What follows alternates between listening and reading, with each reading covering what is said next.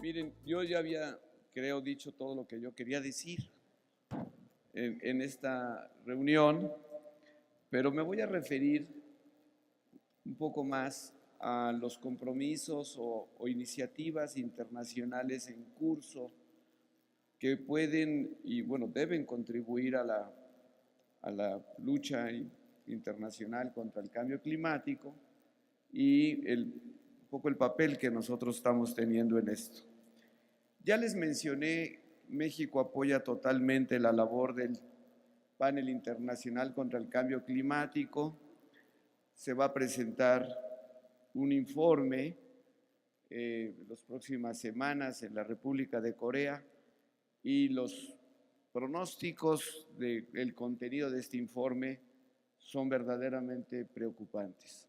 Estamos muy lejos de alcanzar el objetivo básico del Acuerdo de París, de lograr que el aumento global de la temperatura no rebase el 1.5%, 1.5 grados centígrados, y estamos muy lejos, pero además con las acciones que algunos países están tomando, obviamente este incremento puede ser mayor o mucho mayor.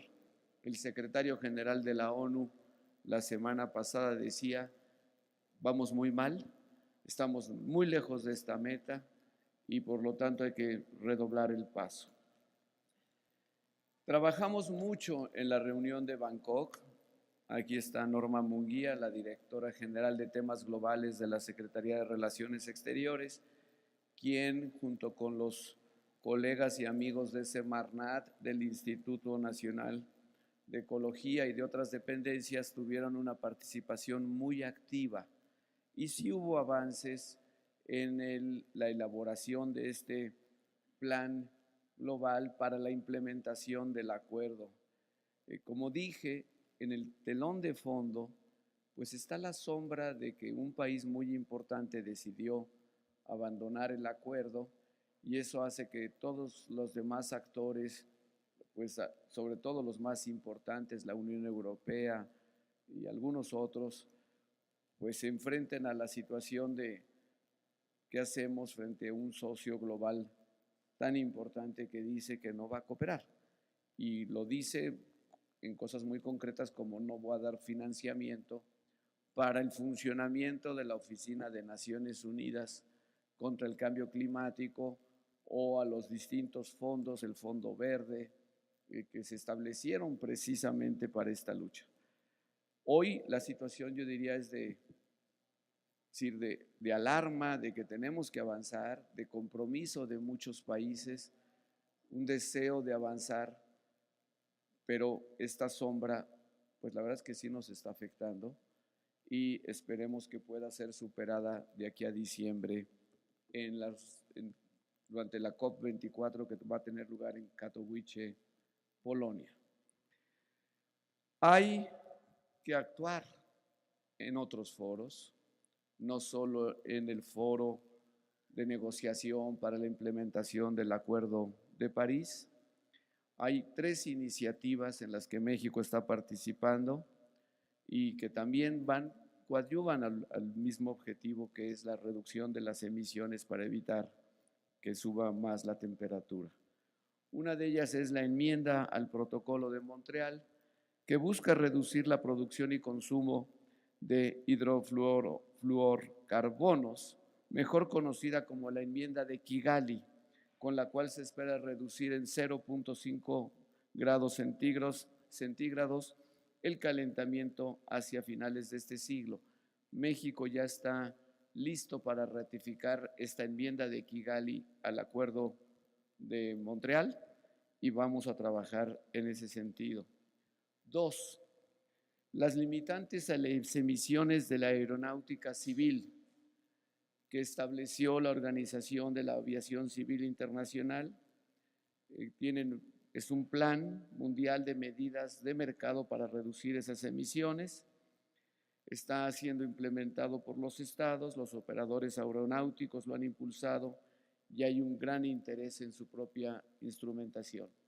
Y en tercer lugar, lo que se acordó en el seno de la Organización Marítima Internacional de reducir los niveles de azufre en los combustibles de las embarcaciones y la búsqueda de una hoja de ruta para la reducción de gases de efecto invernadero en los buques. Las negociaciones van a continuar el mes próximo. Se busca alinear estos objetivos que tiene la Organización Marítima Intergubernamental, la OMI, obviamente con los objetivos más amplios del Acuerdo de París.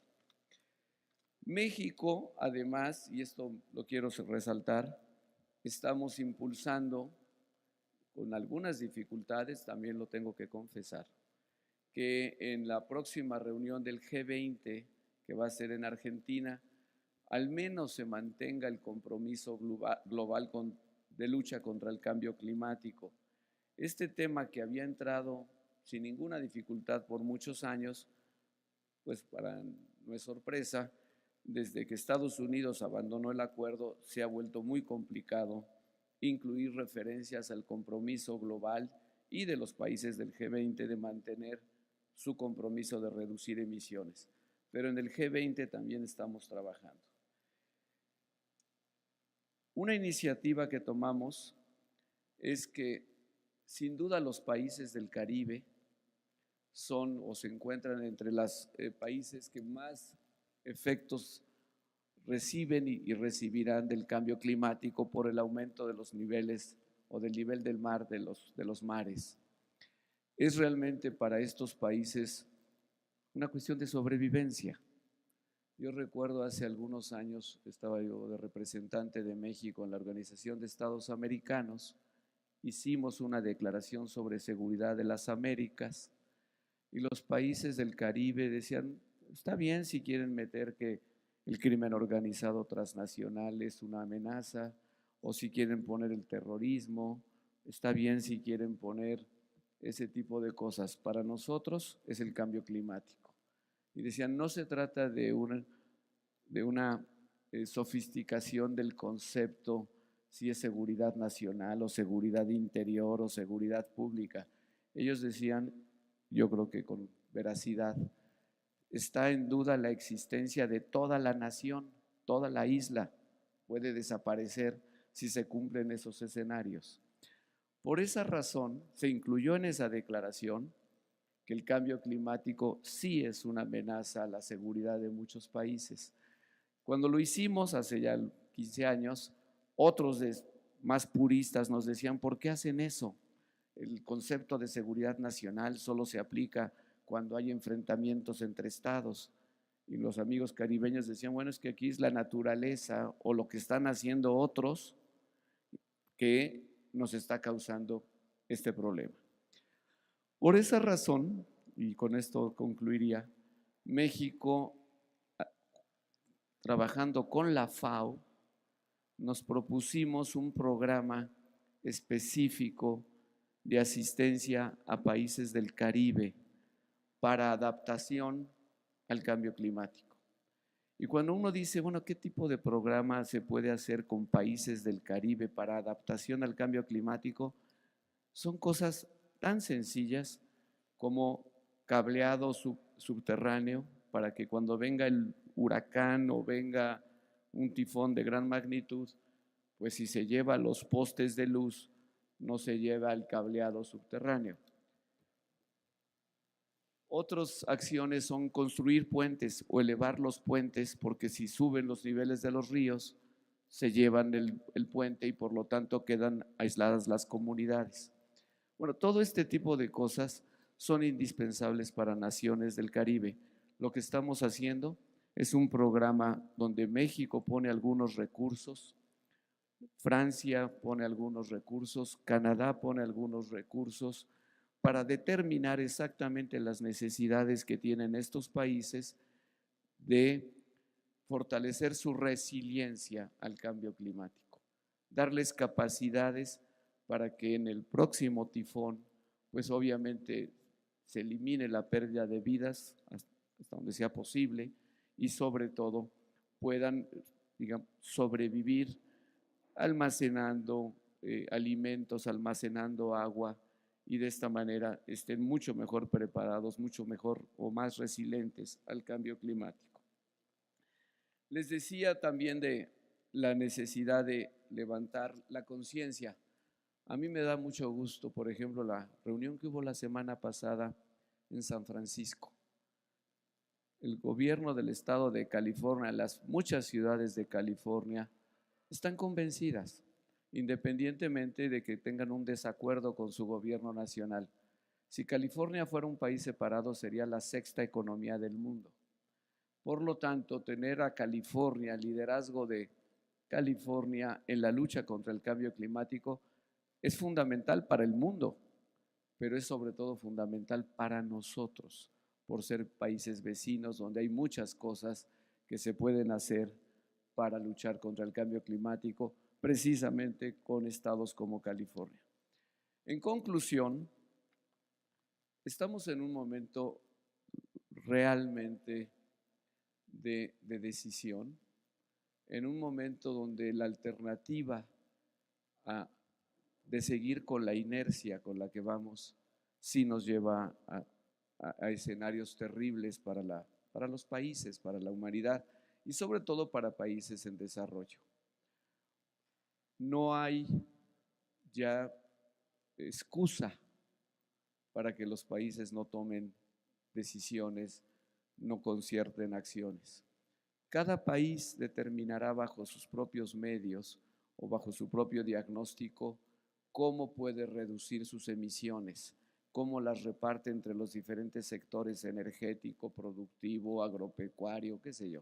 Cada país tiene que hacerlo. Lo que no podemos hacer es no comprometernos, porque nos va a afectar. Yo, en lo personal, creo que yo he aprendido en estos años 3 cosas en la lucha contra el cambio climático. 1, es tecnológicamente factible.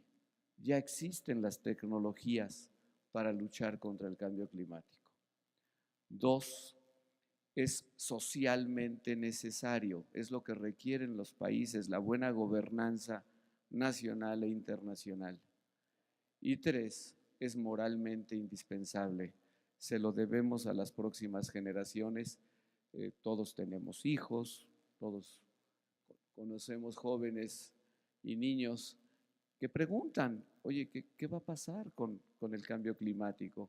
Y a todos los que estamos aquí nos corresponde darles una respuesta. Muchas gracias por recibirme. Gracias al INE por la invitación. Muchas gracias.